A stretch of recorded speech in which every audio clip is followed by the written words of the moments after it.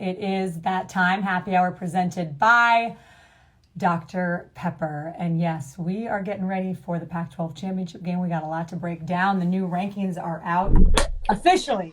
This is Happy Hour presented by Dr. Pepper, Yogi Roth, Ashley Adamson. Welcome, everyone. We got the Go Utes fight on. This is gonna be a good one. I can feel the energy already in this chat. How we doing, Yogs?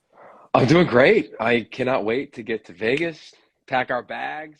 Let's get after it. Thursday night, you and I will be on the floor of that beautiful stadium. Sellout stadium is what I hear. Is what we're hearing. Not many tickets. You better get there. Can't wait, man. It's going to be epic. Last year was insane for those that didn't get to go. For SC fans, Utah fans, you know the deal. It is electric. It is easily the most. It's the best game of the weekend. Like there's the most at stake. It's just everything about it. By far, best champ game of the weekend. No, I couldn't agree more. And I remember walking into that stadium because I hadn't been to Allegiant Stadium until last year. Walking in, it was like I was like a kid in a candy store. Like it's that place is unbelievable. Utah fans have been there. If you didn't go last year, go this year. USC fans, you're in for a treat. It's a big time environment, and it's going to be fun on Friday nights. All right, so we got some rankings to talk about. The penultimate rankings of the season. Great right? word. Anytime we can use that word, we're going to use that word.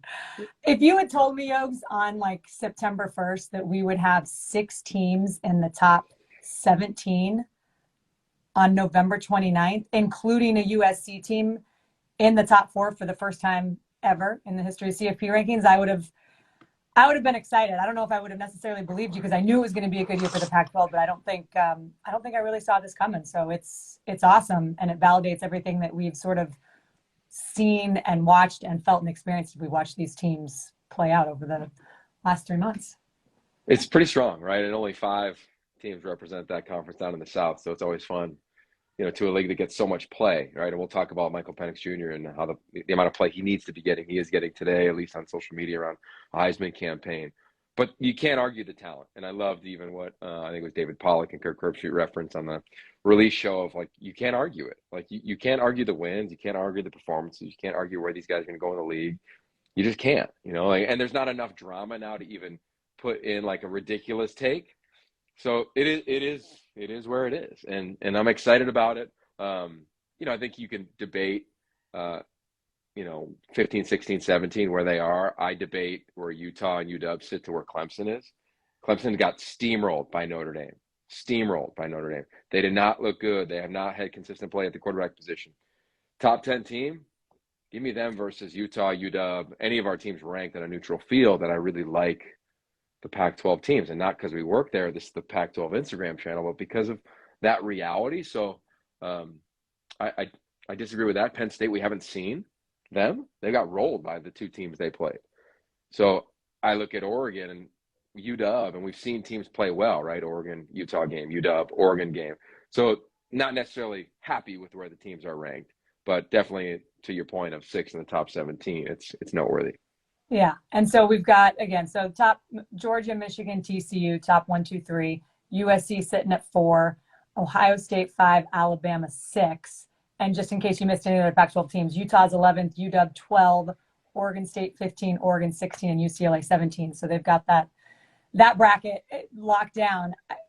Ohio State is interesting. And I think when Reese tried to get Boo Corrigan, the committee chair, to give an answer that Boo did not want to give, he said, how are you going to evaluate conference championship games? Because the reality is, if USC loses to 11th ranked Utah, now does Ohio State get to go to the playoff just because they got to sit home because they didn't do well enough to play in their championship game?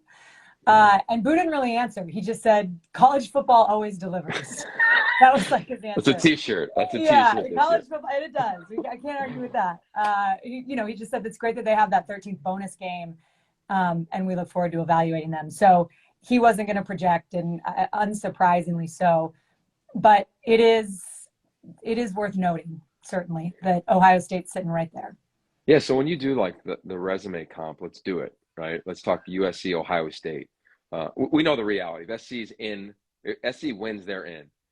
I'd be curious how TCU looks if they're in, and what the debate is if SC wins. over the 3-4 slot. I understand if you're undefeated how challenging that is, but I would be curious to see if SC can beat a Utah team and avenge that loss. And it's also impressive TCU can win twice over the same opponent. But let's just say SC loses another 1-point game. Here we have this incredible debate, and I think it's fair to have. Ohio State, Notre Dame, when you comp them, Ohio State, let's talk about their reality. Solid win over Notre Dame in the opener. Got to give them that, even though Notre Dame did not look good in the subsequent weeks after that ball game.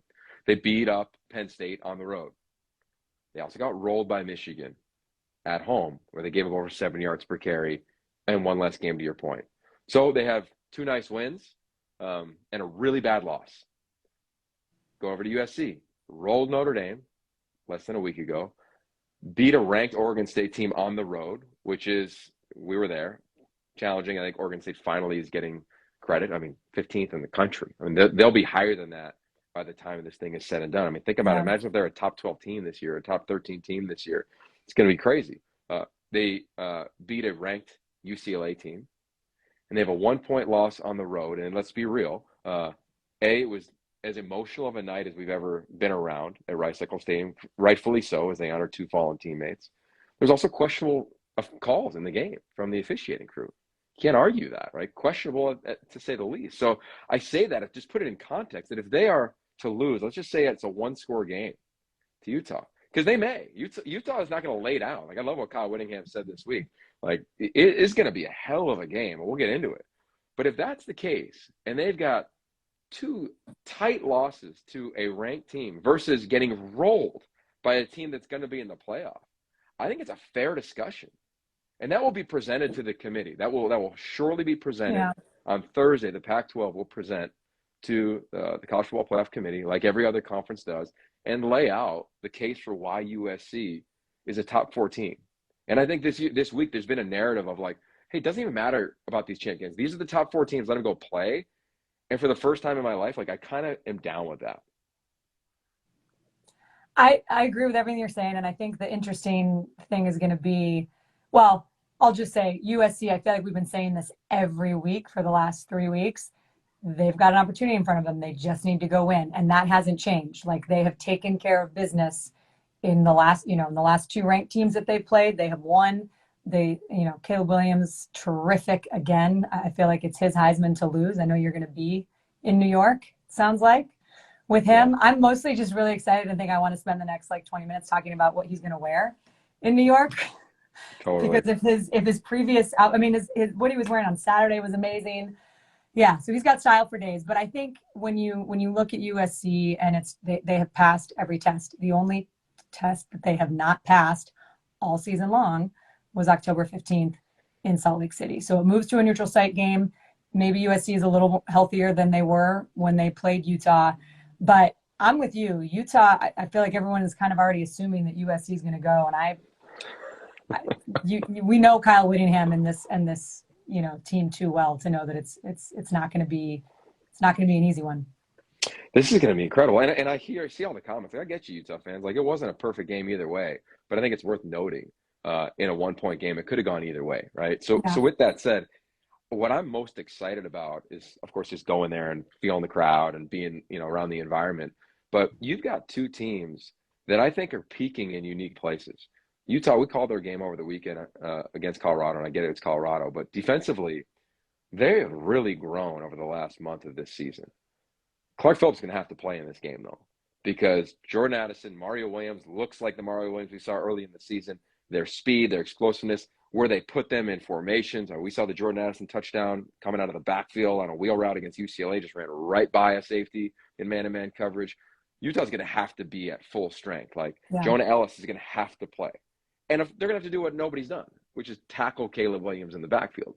Now, if anybody can do it, it's this group, because these 3 linebackers dramatically improved all year. Corrine Reed, the leader in the clubhouse, Landon Barton, the true freshman, everything. I think his brother, one of his brothers will be at the game, I believe, on Friday night. And then Mo Diabate, the transfer from Florida. And this is a defense that the 20 missed tackles in the opener against Anthony Richardson, who, similar to Caleb Williams, hard to bring down. And throughout the season, it's always been down in double digits. So if they're at full strength defensively, they got a chance. Problem is, SC is clicking. They're working with tight ends now. They didn't really have a lot of tight ends in the ball game first time against Utah. There was times where Josh Fowler got going, but their offense has found an identity, and this whole line is rolling. So I think the trenches are going to be really fun, Ash, with Junior Tafuna and company up front for Utah. They are going to have to be their presence is going to have to be felt because SC does a lot in the run game. Austin Jones, this run game hasn't skipped a beat with Travis Dye being out, which is really impressive. Yeah. Shout out to them because I think everyone was, I was, I'll admit it, I was wondering what was going to happen with the offense once Travis Dye went down because I feel like he didn't get quite enough credit for what he was able to do, and they haven't skipped a beat. No. And then on the flip side, my biggest concern for Utah coming into even the Colorado game was how does Cam Rising look? From the SC game on, he hasn't looked like himself until Colorado. And again, it's Colorado, but his explosiveness out of the pocket, his willingness to run, the ball finished with the revolutions that it did in the SC game. Like, he just looked healthy. And when we talked to the staff, they're saying he was going through a lot. A lot of players wouldn't have played in the games that he even played in. So I feel like he's back at full strength. Let's hope Dalton Kincaid is. So we have best on best. And then for Utah, their biggest question is what receiver is going to make a play? Because that's an area where they're going to be isolated against Mekhi Blackman and company. Someone will have to rise up and make that late game catch like the Oregon game. Like, they're going to have to make those plays because SC will come at you in waves offensively. Utah has a chance to win, but they've got to play offensive football like they did the first time. Yeah. It's just amazing to me to think about Utah and all the different times this season that it felt like, oh, you're starting with the game one against Florida and you feel like, and then that opportunity got away at UCLA and then Oregon, and you just feel like, okay, well, I guess that every time you're sort of like, all right, well, I guess there goes that. And now here they are, fourth consecutive non-COVID year that they are playing in the Pac-12 Championship. Just hat tip to Kyle Whittingham. The fact that they're, the underdogs in this game and they've been in it more than anybody over the last few years. There's no doubt about that. So I'm excited to go see them play. It's going to be awesome. The fans are going to bring it as always. Utah fans are amazing. USC fans are juice. So that is going to be great. And it was funny because Reese said when they were doing the rankings release something about, well, maybe Utah then would go to the Rose Bowl if USC goes to the playoff. But in my mind, it would be Washington. Washington's going to be cheering for the Trojans like crazy on Friday because there is, in all likeliness, a 10-2 Washington team over a 9-4 Utah team. I think Washington would be the school that the Rose Bowl will get to, which would be incredible when you think about Kalen DeBoer and what he's been able to do in year one. Same thing as Lincoln Riley. It's been impressive and probably can't talk about it enough. Yeah, and I thought it was a good point of, if let's just say Ohio State does not go to your point and SC wins, who goes to the Rose Bowl? Like, do they choose Penn State? Like, could you imagine Penn State, UW? It'd just be fun to watch. I love that. I mean, either way, Ohio State, we'd be happy to see that. But to watch what Michael Penix Jr. has done, and I just urge my fellow Heisman voters, like, go see what he's done. Number one in the nation in passing, total yards. Number one in the nation in yards per game. Number one in the nation in third down. 27 touchdowns, 7 picks. Team went 4-8 to 10-2.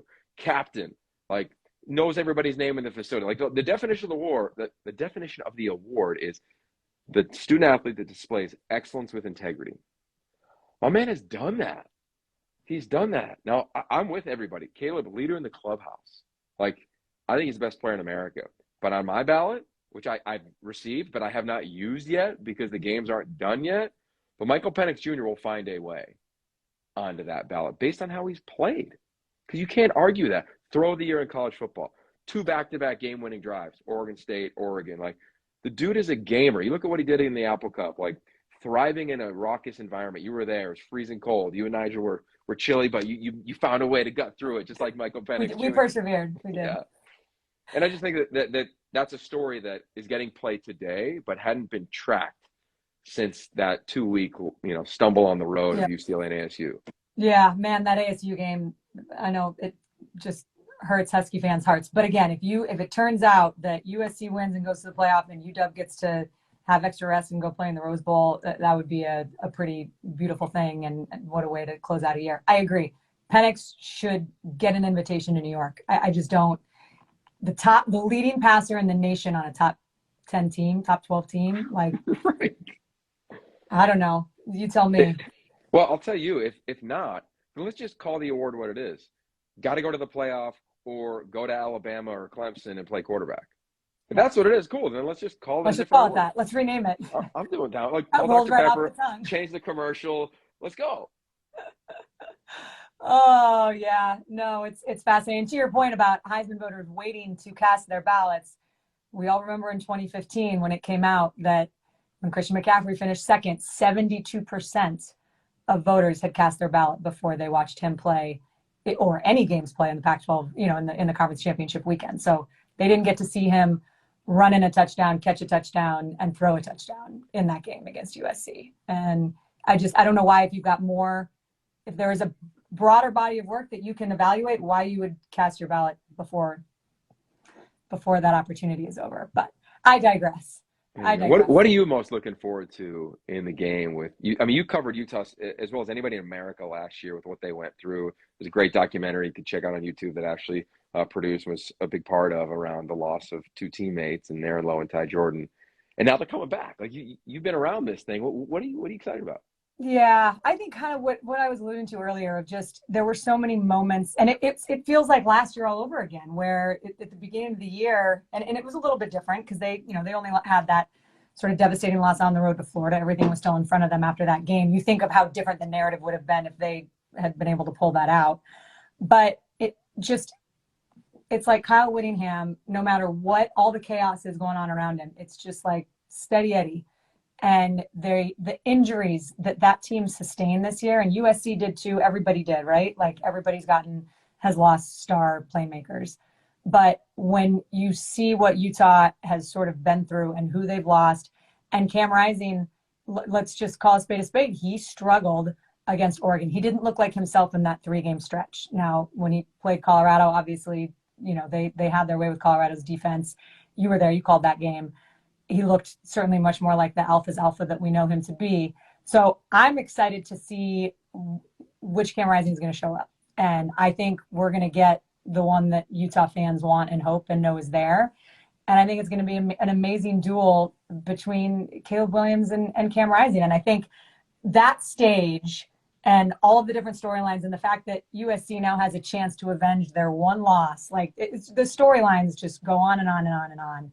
And then it's for a chance to go to the playoff. Like it's meaningful football when, first weekend in December, and it's what it's all about. So I can't wait. I'm just excited to see. I feel like I've gotten to know a lot of Utah fans and families, and it's those connections are super special, having been able to be there last year. So it's going to be good. You just talked to Britton Covey, didn't you? Yeah. Britton came on the pod. Utah fans, check it out. It was awesome, reminiscing on his multiple title game appearances. But what I'm really looking forward to, okay, on the football front, to your point, Cam Rising in this running game, right? Like Jaquindon Jackson looks like a running back now. Jalen Glover seems healthy, right? Tavion Thomas, he's gone, right? He won't be there.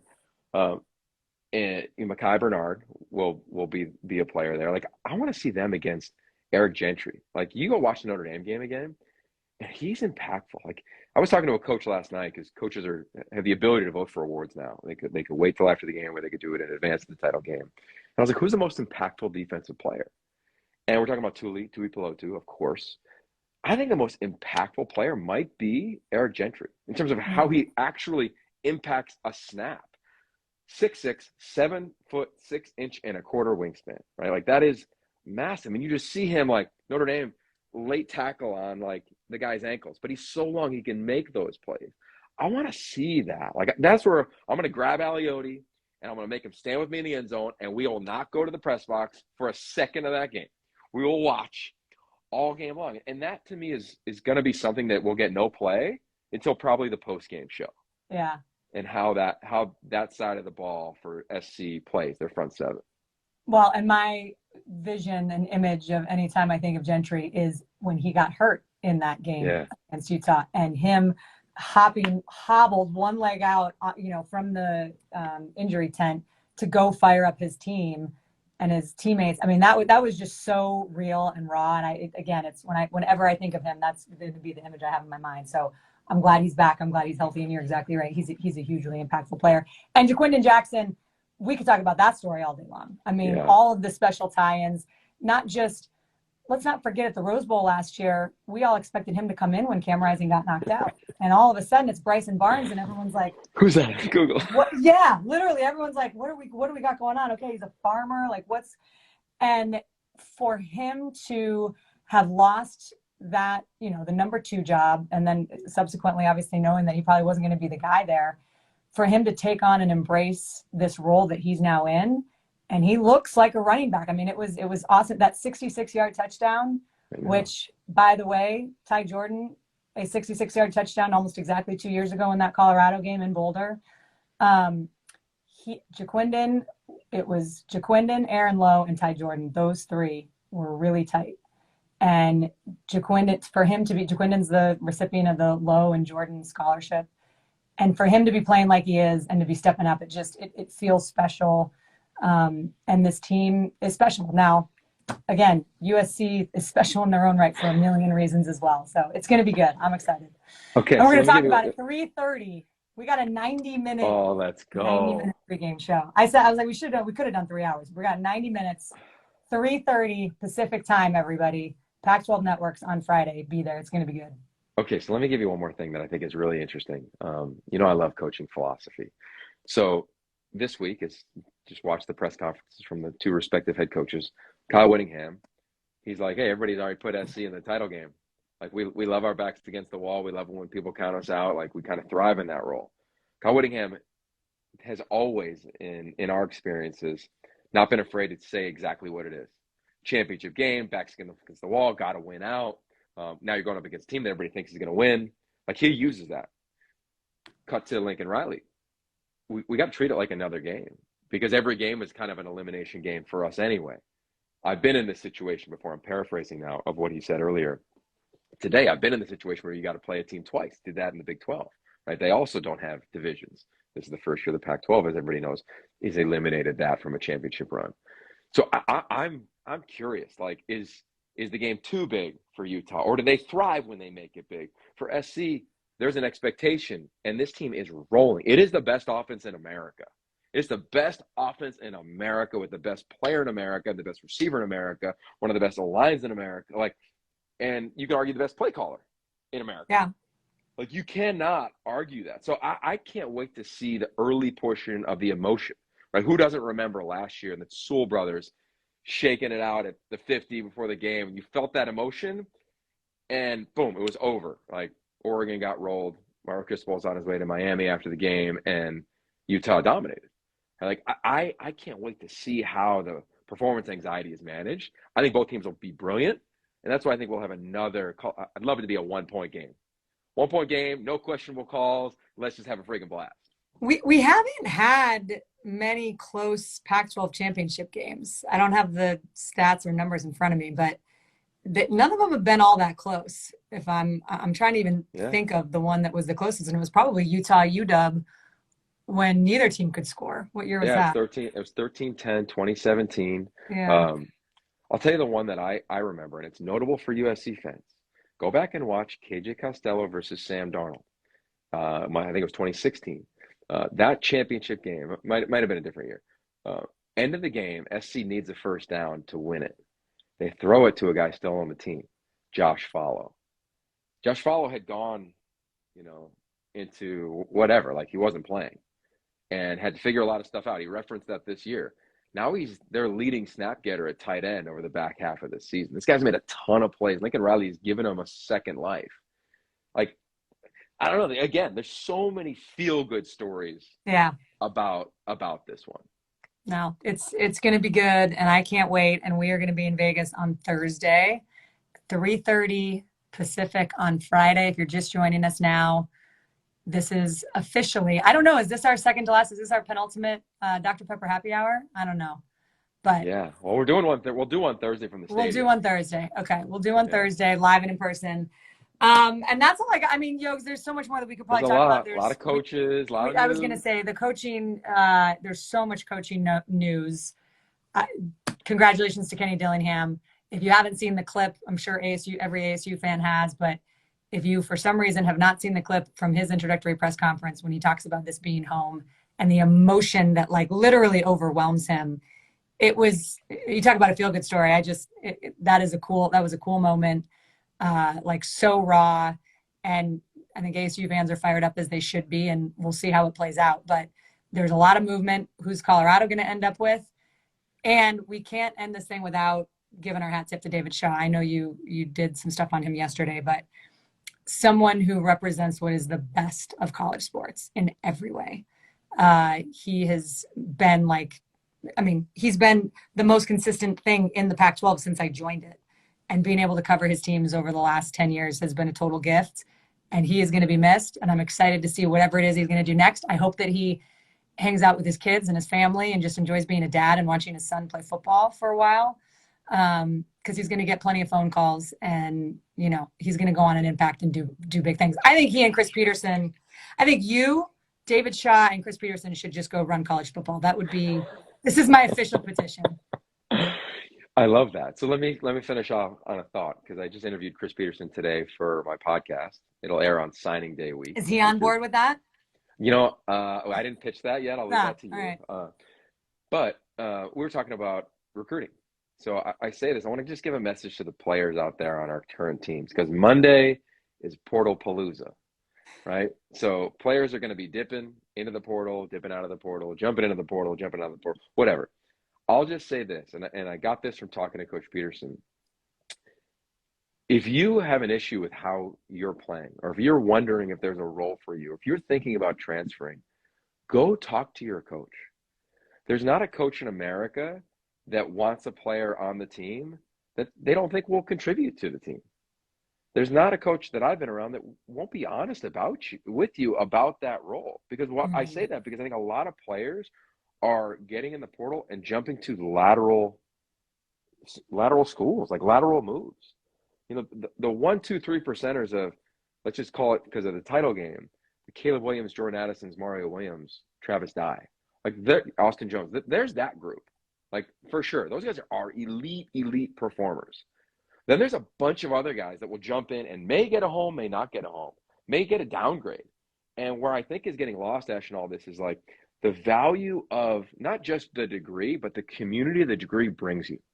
So if you went to Boston College or Boston U, you went to college for 3 years and you put all your time and resources into your university, right?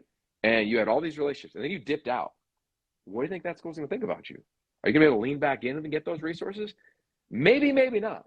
And if you only came to Pitt for 6 months, are we going to love you all of a sudden? Mm-hmm. And I don't know that. And what I'm afraid of is the 3% of athletes that still go to the NFL, the other 97% do not. You're going to be left with nothing to lean on when you're 28, 38.